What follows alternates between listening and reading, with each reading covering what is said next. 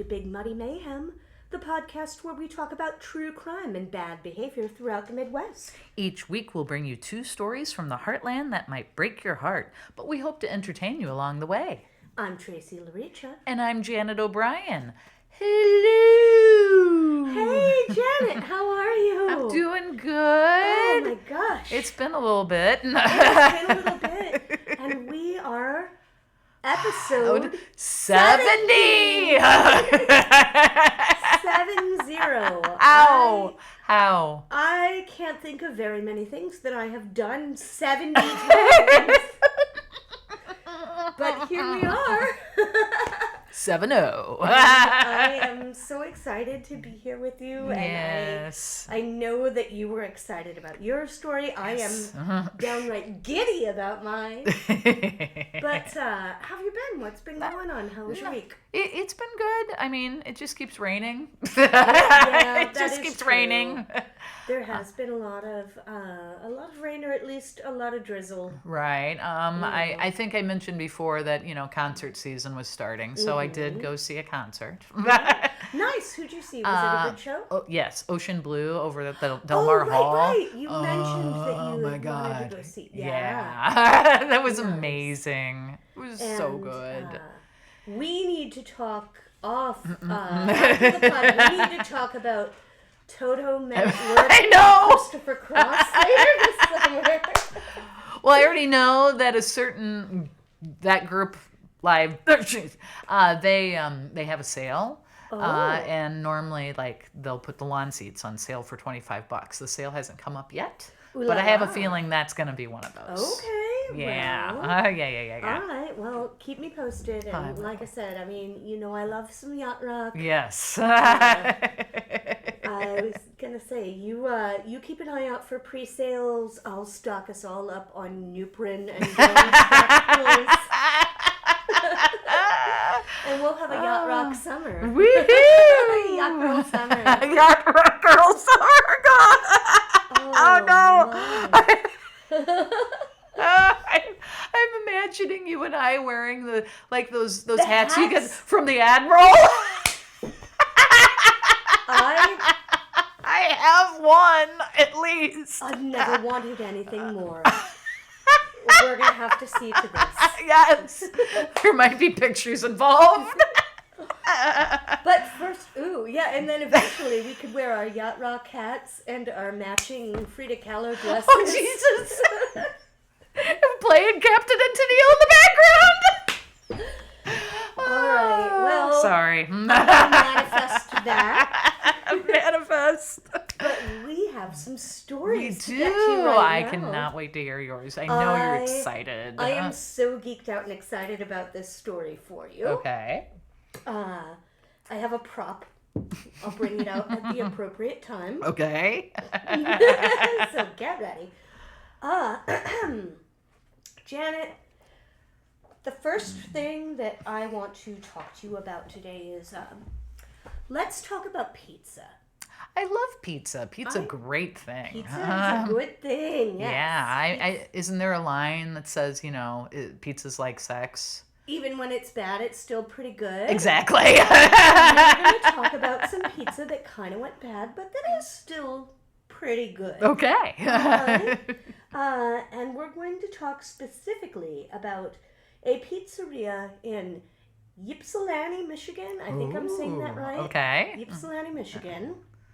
And it was called Dominic's Pizza. Pizza joint that was owned by a man named Dominic Duvarty. Mm-hmm. It was around for a couple of years, and then in the 1960s, in 1960, in fact, Mr. Duvarty decided that he was going to get out of the pizza business. Oh, okay. So he sells his joint to somebody else. Sure. So the people that buy the pizza joint are a couple of brothers named Tom and Jim Monaghan. Okay. Now, these numbers just kind of blew my mind. They paid $500 for a down payment. And then an additional $900 to purchase the rest of the shop. Oh my God. Right? Now, I did the math. Yeah. The website did the math, but that would still only be about $15,000 today. Wow. Which is a really small amount to buy a whole ass established restaurant with Right. all of the equipment and everything like that. That is crazy. Well, so Tom and Jim, they buy this pizza joint, and Jim is also a postal worker. He's a mail carrier. So he quits more or less right away. He doesn't want to jeopardize, like, running a restaurant. I don't know if you're aware. It takes up a whole lot of time and energy. So Jim quits more or less because he's got a good, like, government job and he doesn't want to jeopardize his postal career. Of course. And he's like, listen, Tom, I'll give you my half of the business, but I'm keeping that sweet, sweet VW Beetle that we've been using as a delivery vehicle. So he gives up, like, his half in this business for a car. For a Right. Volkswagen Beetle. Now, Tom, he's into it. He's all in. He does not have a cushy government job. Right. So he is also innovative. And he kind of knows which way the wind is blowing. They are, again, in Ypsilanti, Michigan. Right. And so they are very close to Eastern Michigan University. Right. So he's like, college kids. Pizza. Oh. Pizza. College kids.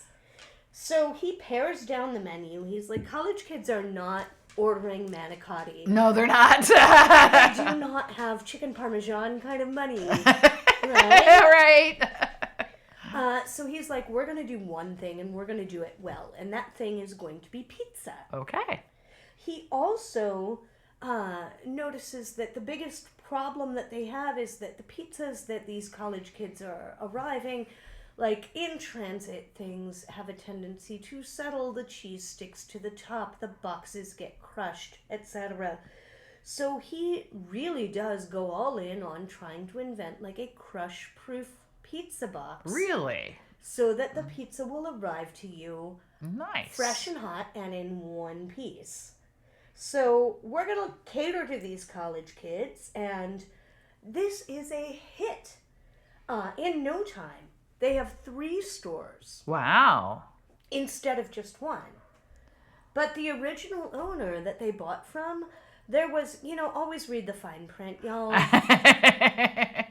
The original owner went on and he did, I think, try to have a restaurant that was not the same pizzeria, but that was close by. So he was like, look, if you're going to have more than this location, you can't call your restaurant Dominic's because it is going to be confusing for people that might think that I have something to do with this expansion. So they're not quite sure then what they're going to do. Like, what do? You have this name, and now you're trying to expand.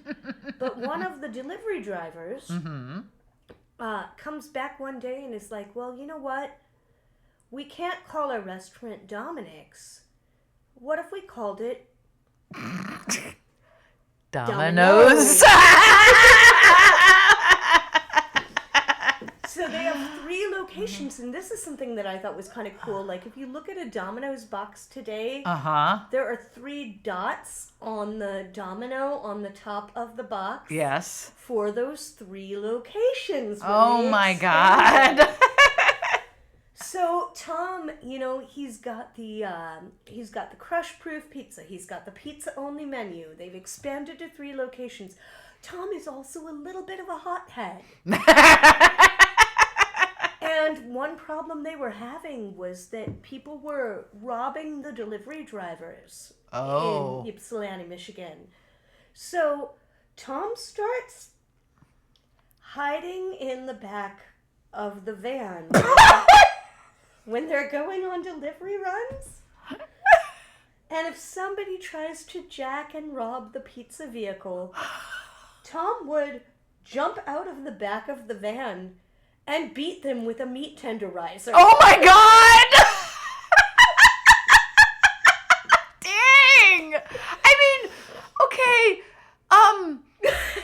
choices, but he's clearly on their side. Like, I'm gonna go beat the crap out of them if that happens. That is also a choice. Yes, that is also a choice. So, like, the pizza box might be crush-proof, but your skull isn't. A little bit of a hothead. In 1973, oh my God. Tom introduces something else that kind of helps put Domino's sort of on the map. And that is that he introduces the 30-minute guarantee. Oh, wow. At 1973? 1973, Domino's is the very first pizza chain to introduce a 30-minute guarantee. Your pizza will be there within 30 minutes of your ordering, or else it's free, which guarantees that it is going to be in a crush-proof box. You may or may not get your brain bashed in, depending on if you're willing to pay for that or not. Oh my God. And it's going to be hot and ready for you. Hot and ready. In 1986, he kind of leans into this fast, hot pizza concept by introducing, and this is where my prop comes in. Yeah. It's what is the Noid. The Noid. I'm like, it's not nerd. No, the Noid. It's Noid. Oh my God. Oh my God. Oh my the God. Noid becomes Domino's mascot. I mean, other restaurant chains have had. I bought this on eBay for like a princely. What year again? This was 1986. Okay. Yeah. Uh-huh. They introduced the Noid. I bought this on eBay for like a whole $5. So y'all, Patreon.com, buymeacoffee.com. Support our bad habits. The Noid is introduced in 1986. He is a claymation figure that has kind of long ears and white gloves, and he's in a red spandex bodysuit with a white circle on his chest that has a big black N on it. And he was created by a guy, oh gosh, what was his name? I should know this. I should have this. Anyway, it's a group called 243 Media. Okay. And the animator that did the claymation Noid is also the guy, I think his name is Will Vilmer. Okay. I'll have to look it up to be sure. But he also did the California Raisins. Oh, yeah, no, absolutely. So, you know, this man loves a white glove, right? Yeah, he does! The same hands. Well, fingers are the hardest to do, so exactly. Just do white gloves. So white gloves, like, see also Mickey Mouse? Yes. And, you know, yeah. Exactly. Like, nobody has real fingers. No! Now, the Noid is out to ruin your pizza. He crushes boxes. He has a super cold ray gun, bombs, anything to ruin your pie. Yes. And so I am going to play just a very brief. I didn't plug in the speaker, so I'm just going to put this right next to the mic. Sorry for the sound, but the Domino's pizza commercial telling you to avoid the Noid. Right. The Noid hates hot quality pizza. He loves to make your hot pizza ice cold. Call Domino's Pizza and avoid the Noid.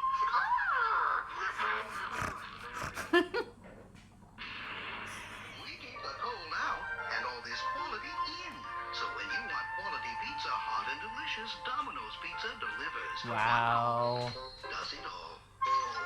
Wow. One call does it all. One call does it all, yep. And so, yes, Domino's is the home of fresh, hot, quality pizza with no noids. They do avoid the Noid. The Noid is a hit. By 1988, CBS is even considering a spin-off of a Saturday morning cartoon Of course they are. called The Noids that would feature a whole family of Noids. Oh my god. But it's basically called off because they were like, this is just marketing to children. This is a commercial and not a cartoon. Unlike the Smurfs, Monchi-Chi, Muppet Babies, Strawberry Shortcake, Rainbow Bright, Shark Tales, G.I. Joe, Teenage Mutant Ninja Turtles, the Snorks, the Care Bears, the Thundercats, the Transformers, and He-Man. He-Man. Right, so the TV show is unfortunately scrapped, but the Noid does show up in video games. Oh. Because it's the It 80s. is. In 1989, there is a computer game called Avoid the Noid. It's for like an actual console computer. You are a driver trying to get a hot, fresh pizza. Oh my god. And the Noid is there with like blaster guns and bombs and Of course. freeze rays and all of the things that are going to keep you from getting your pizza hot and fresh. Oh my god. And again, in 1990, NES, the Nintendo console, has a a game that they call Yo Noid. And so in this game, I don't know why, but in this game, the Noid is the one that saves the pizza. Huh.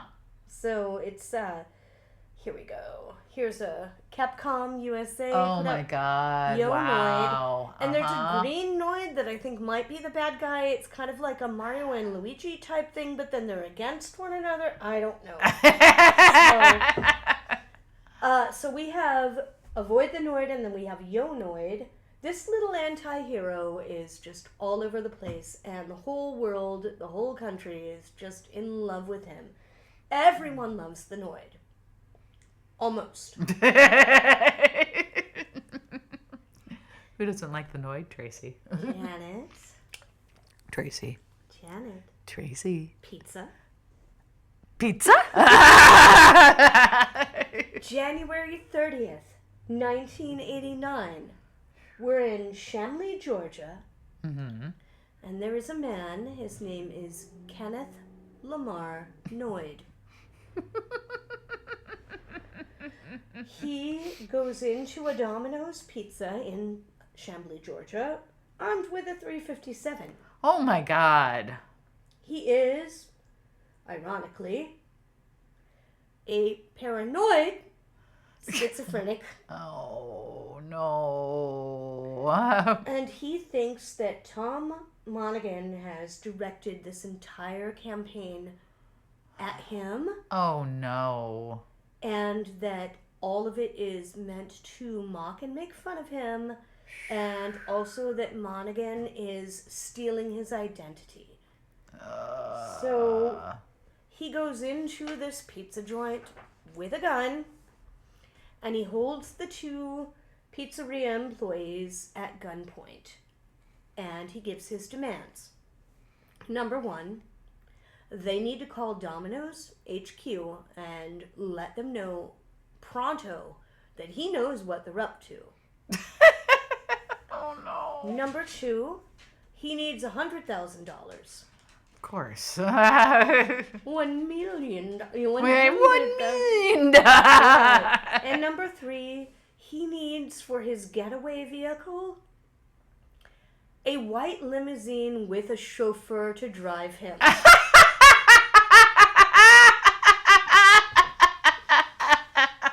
No. This standoff will last for well over 5 hours. Jesus. At one point, he does say that he's going to maybe be willing to give one of the hostages up if they'll bring him a book. Okay. And the book that he wants has nothing to do with pizza. But it's called The Widow's Son, and it's by an author that you might have heard of named Robert Anton Wilson. Okay. He is also the person that wrote the Illuminatus trilogy. Oh, great. So he needs this Illuminati book, and then he'll give up one of it. And it had just recently been published. Oh, So wow.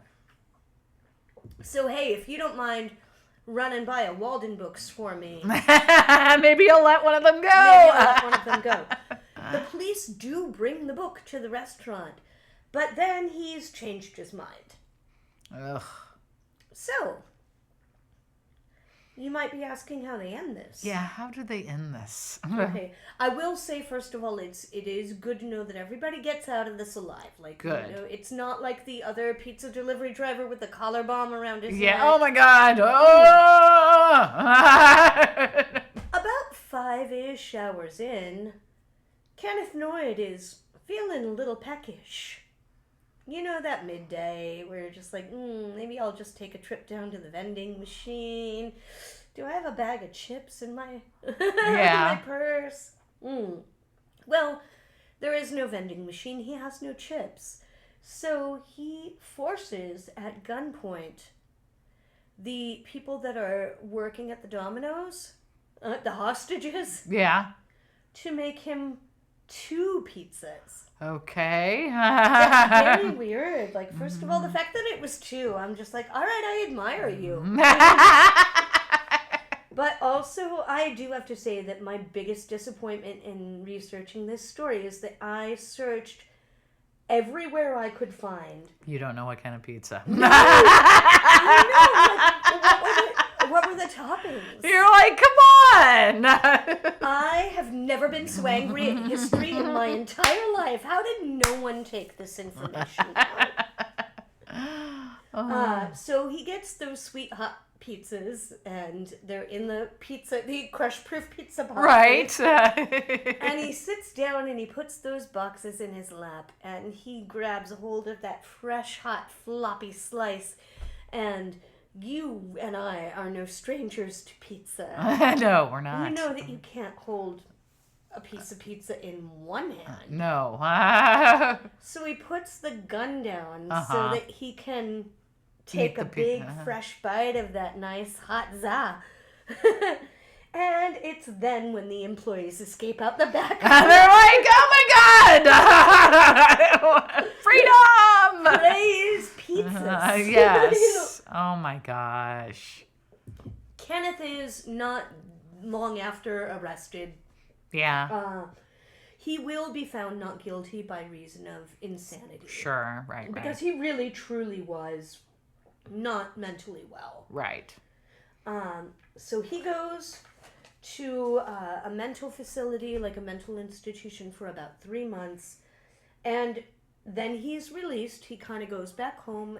But eventually, sadly, in 1995, Kenneth will die by suicide. Oh, that sucks. You know, like I said, he was truly, truly, like, mentally unwell, and then just felt targeted because all of a sudden, like, you're a little bit paranoid, and then all of a sudden your name is everywhere. Yeah, right. Yeah. Domino's will then, shortly after that, retire the Noid. Just not a great... No. Sort of. Sort of. In 2009, they will put together a limited edition of Noid t-shirts. Okay. Like, they'll sell 1,000 of them, and the point being that it was, like, hard to get. Right. Oh, yeah, absolutely. So, scarcity, right? Mm-hmm. I tried looking to see if I could find which shirt was specifically for that, and then there are a bunch of them. I don't know which one was the official. Gotcha. I also don't know which one, like, how much they cost. But they go anywhere. Noid t-shirts go anywhere from $12 to like $125 today on eBay, as far as I could tell. And then in 2011, which was the 25th anniversary of the Noid, Domino's decides that they're going to celebrate this 25th anniversary, and they put a game on Facebook. Remember when we used to play games on Facebook? Yeah, right. What was it? Farmville? Yeah, something like that, right. Well, 2011, they put up a 25th anniversary thing where you can play as the Noid, and you can win free pizza. Ooh. But they call it the Noid's Super Pizza Shootout. Okay. It is a shooter game where you play as the Noid and you're going around shooting. Oh. Maybe that's not a great idea. Read the room, Dominoe. The Noid will then kind of quietly fade. I think, is it Fortnite? He's available as a skin to play in Oh my Fortnite, God, or that's funny. a couple of other video games, and other than he lives in our hearts and in this little tiny plastic figurine that I'm going to cherish forever, the Noid fades like a cold piece of pizza that is back in the rear part of your fridge. And you forgot the order. You forgot that you ordered it.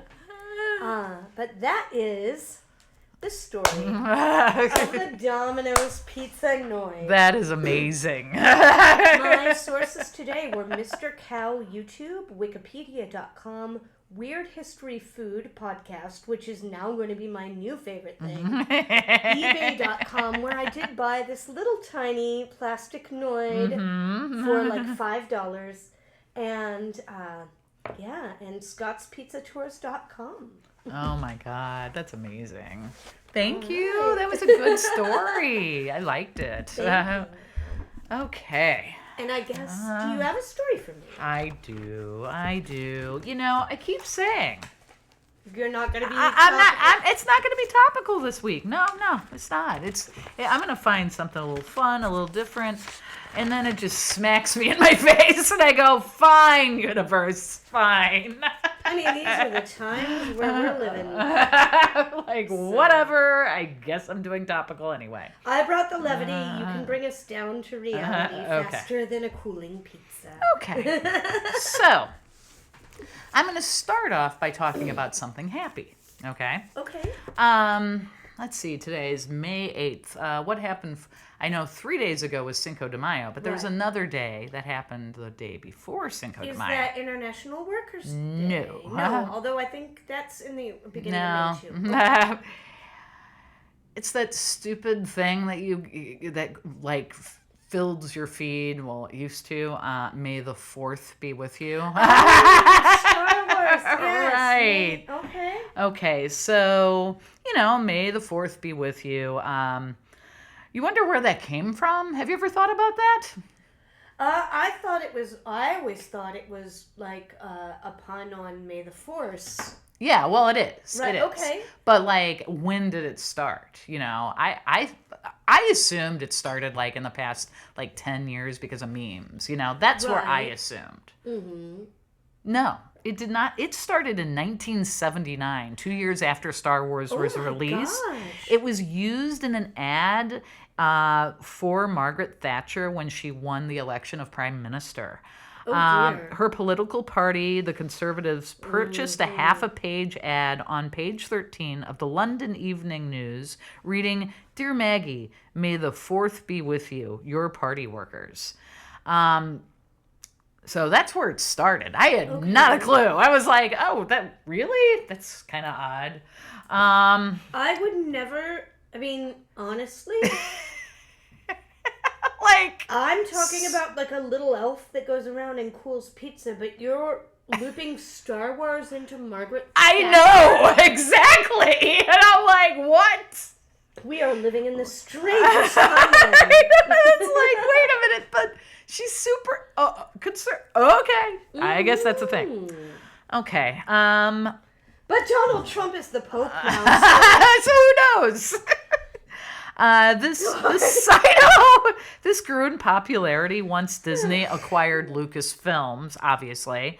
It's celebrated with movie marathons, costume contests, and of course, special sales. Because, Carrie Fisher finally received her Hollywood star on the Hollywood Walk of Fame on May 4th, 2023. Oh, that's lovely. Yeah. And I love her. I loved her. Oh, gosh. Right.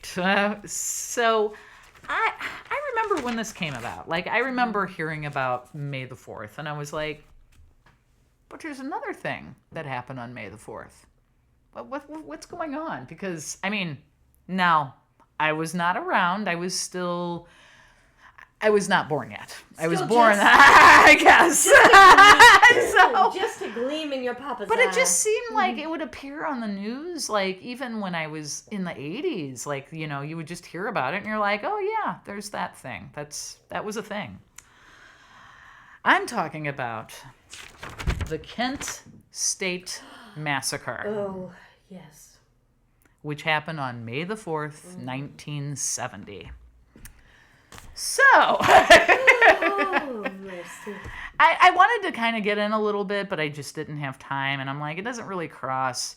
But, you know, I know there's been something that's been going around. I have not verified it, where, you know, DEI things are broken down. And then the state of Ohio has decided to remove certain things out of their curriculum because of that. Oh. Like this one school, never... Because of Kent State. Right. Well, no. Oh, no. No. I'm saying the DEI, because it was canceled, there's some colleges in Ohio, specifically one, I did not look it up yet, that are taking State away... out of- No. They're taking just sorry. anything away. that's, you know, like woman-related, whatever. Like, they don't want... They removed a lot of things, and I'm kind of like, okay, so you remember there's this thing that happened in your state in 1970. Maybe don't piss off students. Just saying.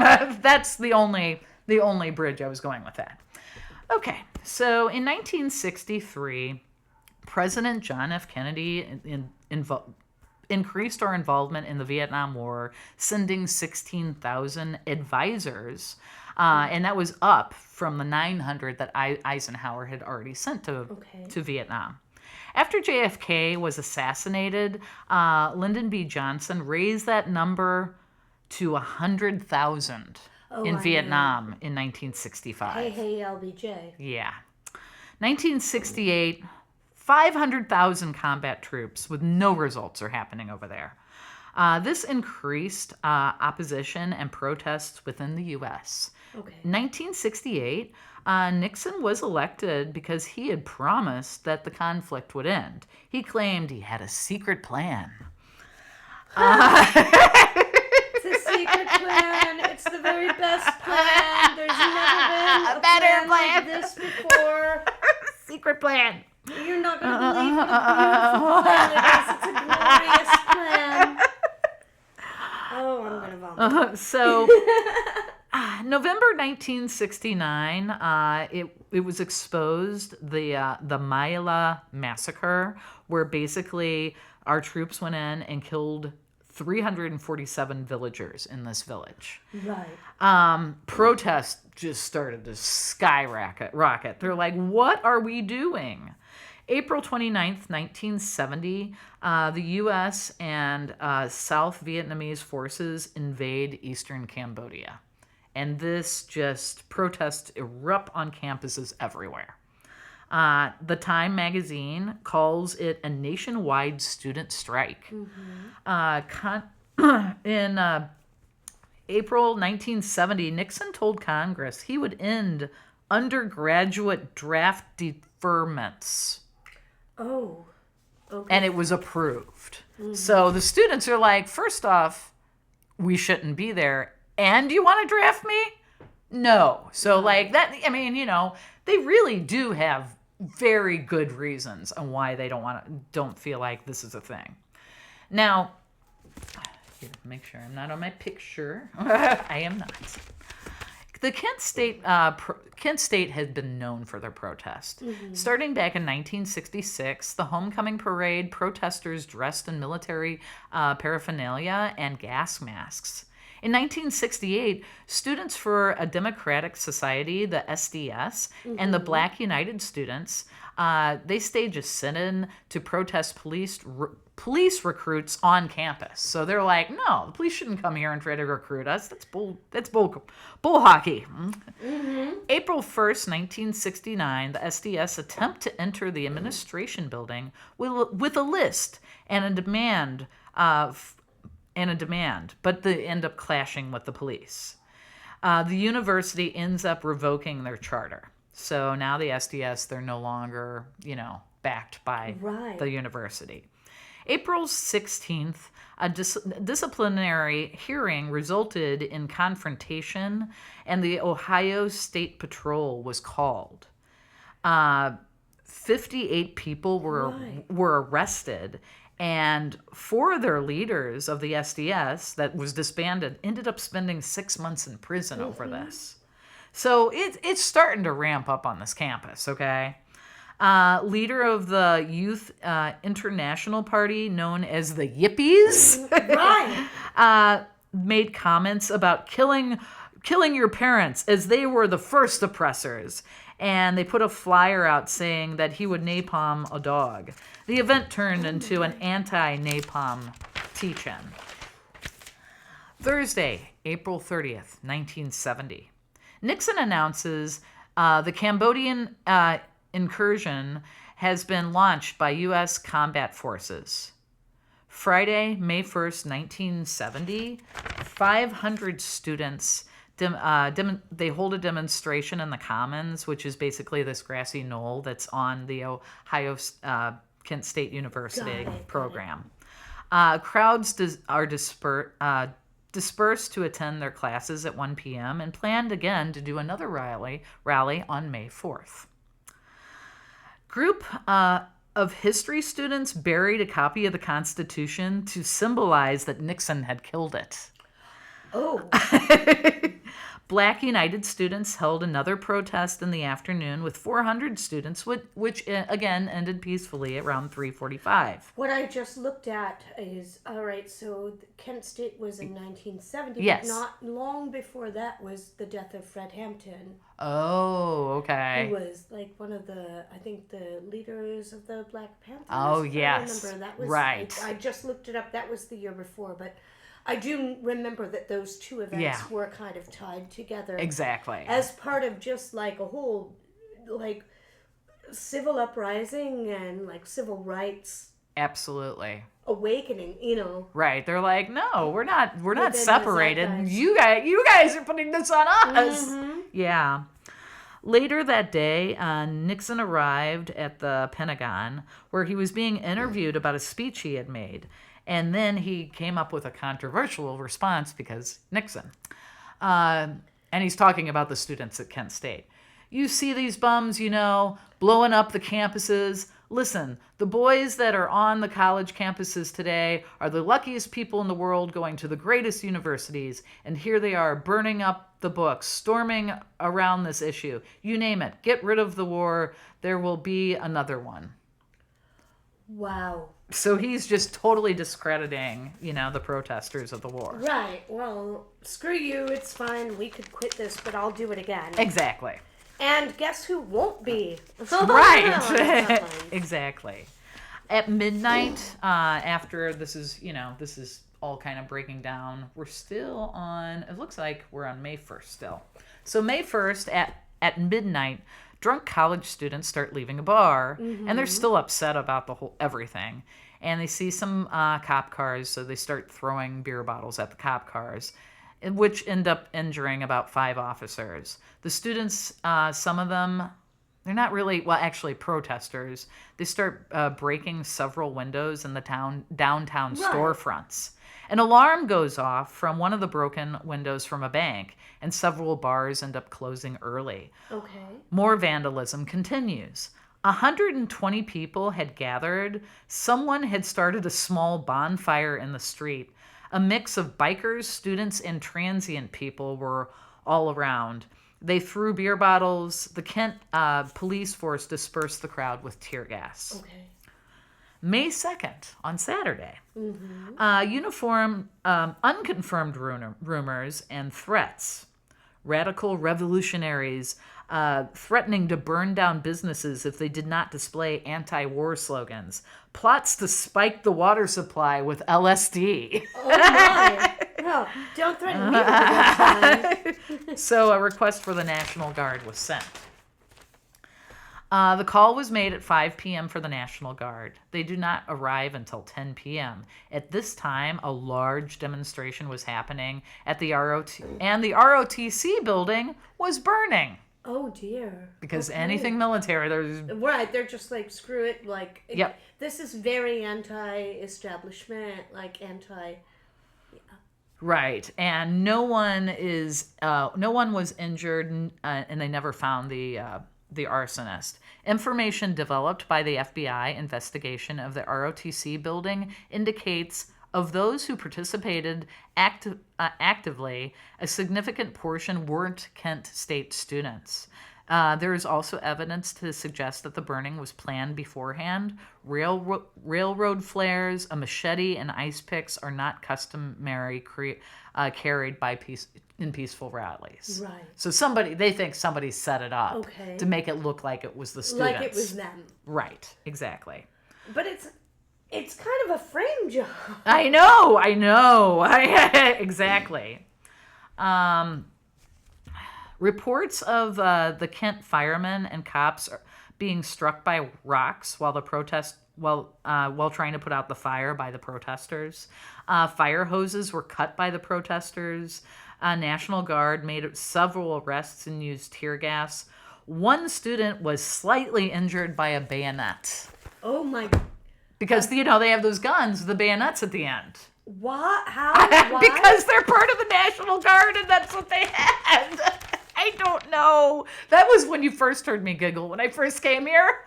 It's weird that those still exist. I know. Like, why? May 3rd, on Sunday, Governor of Ohio, Governor Rhodes, gave an emotional speech, pounding his desk, calling the students un-American and referring to them as revolutionaries destroying Ohio higher education. Here we go. I'm going to read a thing. Right? We've seen here at the city of Kent especially, probably the most vicious form of campus-oriented violence yet perpetuated by dissident groups. They make definite plans of burning, destroying, and throwing rocks at police and at the National Guard and the Highway Patrol. This is when we're going to use every part of the law enforcement agency of Ohio to drive them out of Kent. We are going to eradicate the problem. We're not going to treat the symptoms. And these people just move from one campus to other and terrorize the community. They're worse than the brown shirts and the communist element and also the night riders and the villagants. They are the worst type of people that we harbor in America. Now, I want to say this. They are not going to take over the campus. I think that we're up against the strongest, well-trained militant revolutionary group that has ever assembled in America. And I'm like, are you kidding? He's just feeding the fire. Completely, and it's absolute deflection. If you spot it, you got it. Like, what you're calling them is what you are Right. trying Terrible. to do. Okay, so Rhodes claimed he would get a court order declaring state of emergency that would ban further demonstrations, but that never happened. Okay. Some students during the day came downtown to help clean up from the riots. Curfew was called, which would be at 11 p.m., until further notice. At 8 p.m., another rally was happening in the Commons. At 8:45, again, some more tear gas was used to move the students. Right. Students reassembled at Lincoln. That's a kind way of putting it. I know! Tear gas is used to move them? Students reassembled at Lincoln and Main, holding a sit-in to meet with the mayor and the university president. 11 p.m., the guardsmen announced the curfew. A few students, they end up dispersing them, and a few students were injured with bayonets. Again! By dispersing them, you mean like using their they bayonets? gassed them and stabbed them? Just like, what? Why? I don't know. No, dispersing them. Like, what a euphemism. Right, exactly. Okay, so the protest was scheduled at noon on May 4th. The university officials attempted to ban the gathering by handing out 12,000 leaflets that the event was canceled. 2,000 people gathered at the Commons. It began with the ringing of the campus victory bell for the first protester to speak. 200 to 300 were around the actual victory bell. 1,000 more were on the hill behind the first crowd, and then, of course, more. Companies A and C of the one of 145th Infantry and Troop G of the 2nd and 107th Armored Cavalry of the Ohio National Guard. They had a bullhorn and ordered the crowd to disperse. They got closer and told them again. Students made obscene gestures, singing protest songs and chanting. A few rocks were thrown. They fired tear gas, but it didn't work because the tear gas kept blowing back up the hill. Crowds started to chant, "Pigs off campus." Oh, wow. The cavalry ordered to advance weapons locked and loaded. Instructed to only fire in the air and only for one to fire at a time. Tear gas was thrown again. More stones were thrown. Students retreated up the hill. They continued over to the parking lot. Somehow the guardsmen get around over to the parking lot and they line up with their guns at the parking lot. But then the students somehow force them up the hill. Oh, So okay. the guardsmen are now retreating. Okay. I'm doing a technical thing. Speaker out. Speaker out. Do-do-do. When they reached the crest of the hill, the guard fired. No verbal warning to the protesters before opening fire. Nothing, just shooting right into a crowd of Right. students. Yeah. So here's a 2-minute video. That's the victory bell.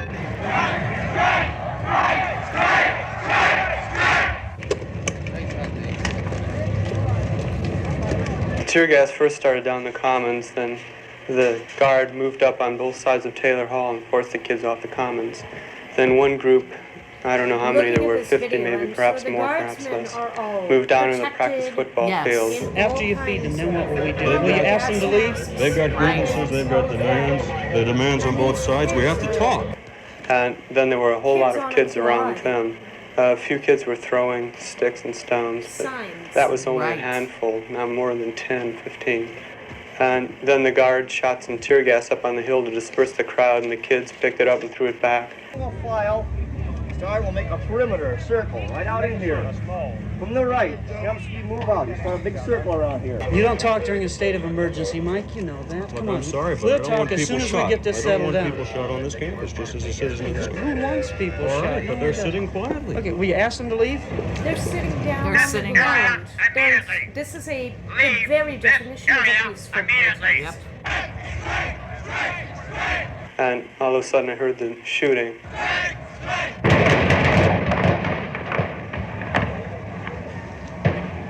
And then I saw people dropping to the ground, and then I fell to the ground also, because I couldn't walk anymore. And What the investigators have to determine then is whether indeed there was a sniper and whether the guard was justified in firing its weapons, or whether, as some people here believe, the guard, under the pressure of a rock-throwing attack, panicked and fired its weapons indiscriminately, killing 4 people.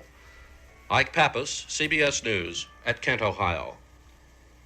Well, to be fair, that rock might have bounced off their helmet or Right. their body armor or Yeah. the end of their gun that also has a big sharp stabby thing on the end of it. Right. So, in conclusion, what they did Nixon actually did a very fast report to do a complete investigation, and within 4 months, they're like, nobody gave orders. It shouldn't have happened. Okay. So basically, that was the start of how, because they were ramping up, that we ended up getting more laws on the books about being able to protest on campuses, because we never, ever want this to happen again. And unfortunately, that's what I think May the 4th be with you has kind of erased a little. So, I mean, I think it's a great thing, May the 4th be with you, but at the same time, history is Remember important. what else has happened on that day. Right. And also, nobody gave orders is just kind of we were just following orders. Right. And we're seeing that sort of thing Exactly. redone all over again. Yes. And it's like... I mean, we all know in our hearts what is, like, right and what is just. Right. And, oof. Yeah, Right. so that is my story. Kara, do you want to hold this little plastic noise for a moment? Yes, thank you. So I think this is where we should absolutely take a break. We absolutely should take a break. I am going to take Janet out back to a burned down dormitory, and we're going to see if we can still get a pizza in 30 minutes and justice in like 70 fucking years. And we'll be back with What's Nice. We'll be back with What's Nice. If you enjoy getting muddy with us, here are some ways to help support the podcast. Send your suggestions to bigmuddymayhem@gmail.com. Like and subscribe to the podcast on the platform where you're listening, and of course, a good review will help us reach new listeners. If you're listening on YouTube, leave a comment in the comments section. Join our Facebook group where we can discuss the episodes and hear your suggestions. And of course, tell everyone you know, because the thing that Tracey and I would love is more listeners. We need all the listeners we possibly can have because we're like that. So tell people you don't know. Talk about us as much as you can. Irritate your friends. Be that annoying person outside of the grocery store that's like, hello, do you listen to podcasts?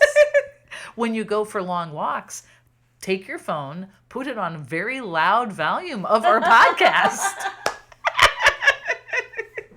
And of course, well, you don't have to irritate everyone.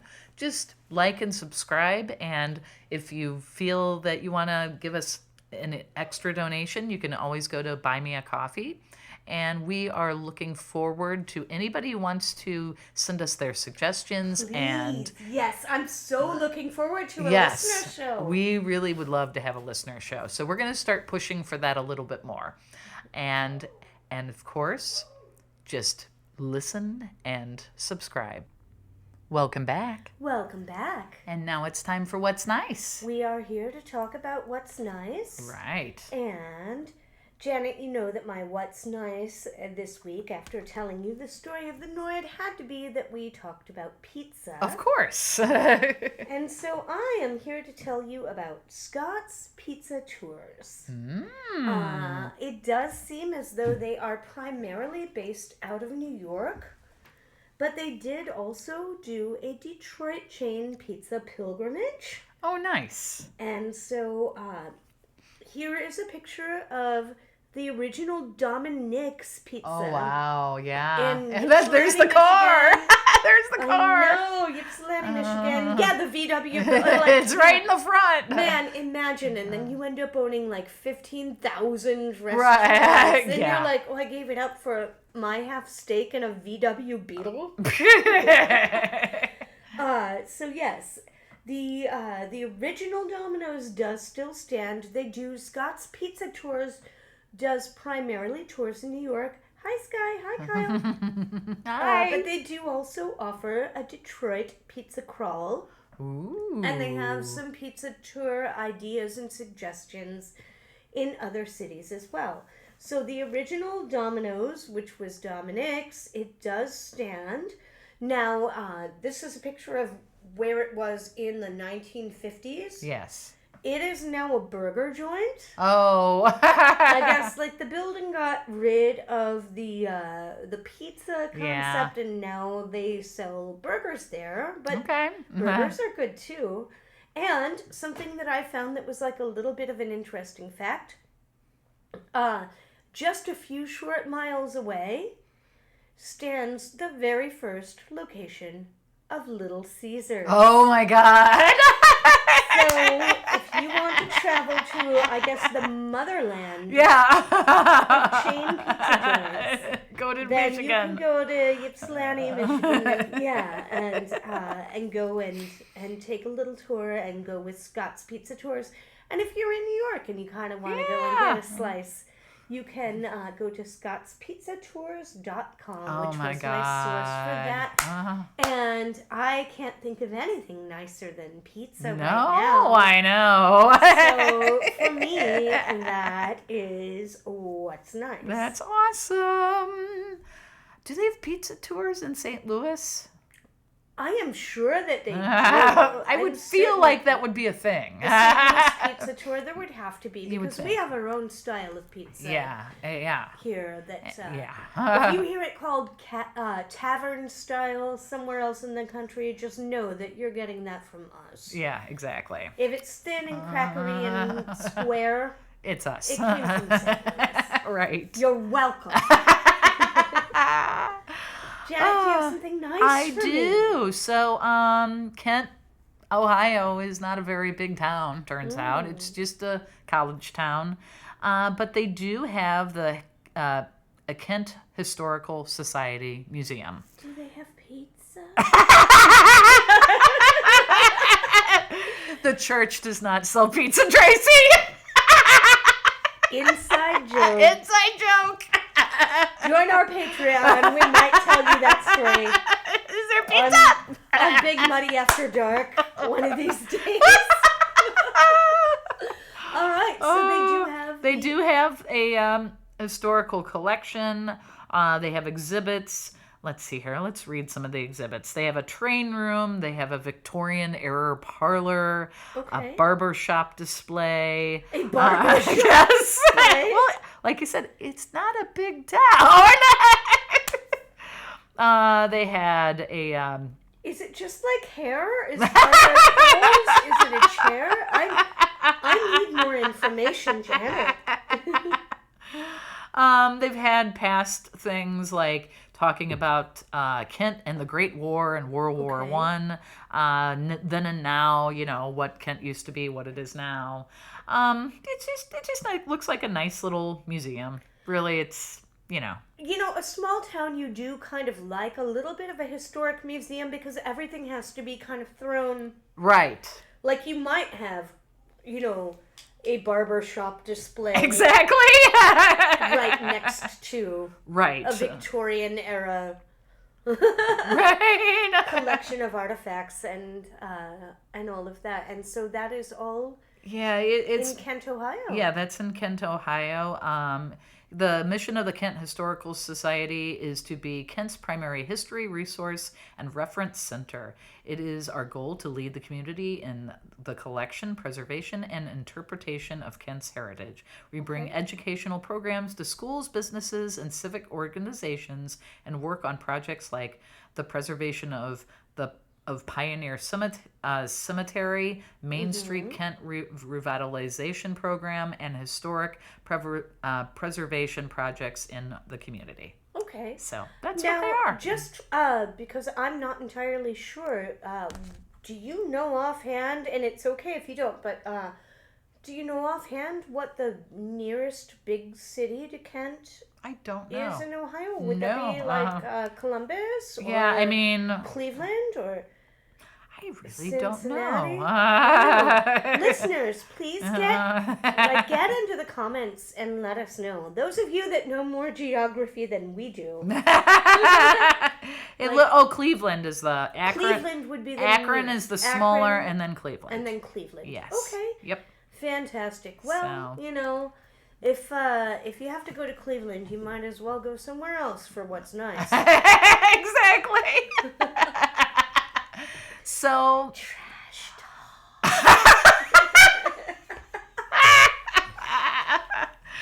So I guess we've yapped a little bit a lot tonight. yeah. But it's been a good yap. And we've had a couple of stories. Yes, we and have. our pizza is getting cold. So Uh-huh. we're going to probably have to get ready to sign off here. But Janet, there is one more thing that I think we need to remind everyone to do before we go. I think that we need to remind the audience to stay Midwest nice. Stay Midwest nice.